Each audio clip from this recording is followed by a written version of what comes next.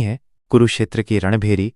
कुरुक्षेत्र के मैदान में युद्ध के बादल मंडरा रहे थे। दुर्योधन, कौरवों का राजकुमार, चिंतित था। पांडवों की सेना विशाल और शक्तिशाली थी। उसे अपने योद्धाओं की शक्ति पर विश्वास था, लेकिन उसे पता था कि यह युद्ध आसान नहीं होगा। एक सभा में दुर्योधन ने अपनी सेना के योद्धाओं को बुलाया। उसके चेहरे पर चिंता और दृढ़ संकल्प का मिश्रण था। उसने कहा, हमारी सेना में ऐसे योद्धा हैं जो अद्वितीय हैं, जो अजेय हैं। हमारे पास भीष्म है, जो हमारी सेना के संरक्षक हैं, जिनकी शक्ति और ज्ञान अतुलनीय है। हमारे पास कर्ण है, जो एक महान योद्धा हैं, जिनकी वीरता और पराक्रम सबको भयभीत कर देते हैं। हमारे पास कृपाचार्य हैं, जो एक महान गुरु हैं, जिनकी शिक्षाएं हमें युद्ध में मार्गदर्शन करेंगी। हमारे पास अश्वत्थामा हैं, जो द्रोणाचार्य के पुत्र हैं, जिनकी शक्ति और क्रोध हमारे शत्रुओं को नष्ट कर देंगे। हमारे पास विकर्ण हैं, जो मेरे भाई हैं, जो हमेशा मेरे साथ खड़े रहेंगे। और हमारे पास भूरिश्रवा हैं, जो बाहरीकों के राजा के पुत्र हैं, जिनकी वीरता और साहस अद्वितीय है।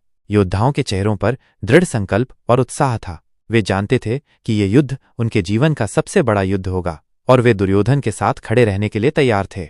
युद्ध शुरू हुआ और कौरवों और पांडवों की सेनाएं एक दूसरे से भिड़ गईं। युद्ध भयंकर था और दोनों पक्षों ने वीरता और साहस का प्रदर्शन किया। भीष्म ने अपनी शक्ति और ज्ञान से पांडवों की सेना को तबाह कर दिया, और कर्ण ने अपनी वीरता और पराक्रम से पांडवों के योद्धाओं को पराजित किया। कृपाचार्य ने अपनी शिक्षाओं से कौरवों की सेना का मार्गदर्शन किया, और अश्वत्थामा ने अपने क्रोध से पांडवों की सेना में आतंक फैला दिया। विकर्ण और भूरिश्रवा ने अपनी वीरता और साहस से युद्ध में महत्वपूर्ण भूमिका निभाई। युद्ध कई दिनों तक चला और दोनों पक्षों ने वीरता और साहस का प्रदर्शन किया। अंत में पांडवों ने कौरवों को पराजित किया। दुर्योधन और उनके योद्धाओं ने अपनी पूरी शक्ति से लड़े, लेकिन वे पांडवों की शक्ति और दृढ़ संकल्प के सामने हार गए।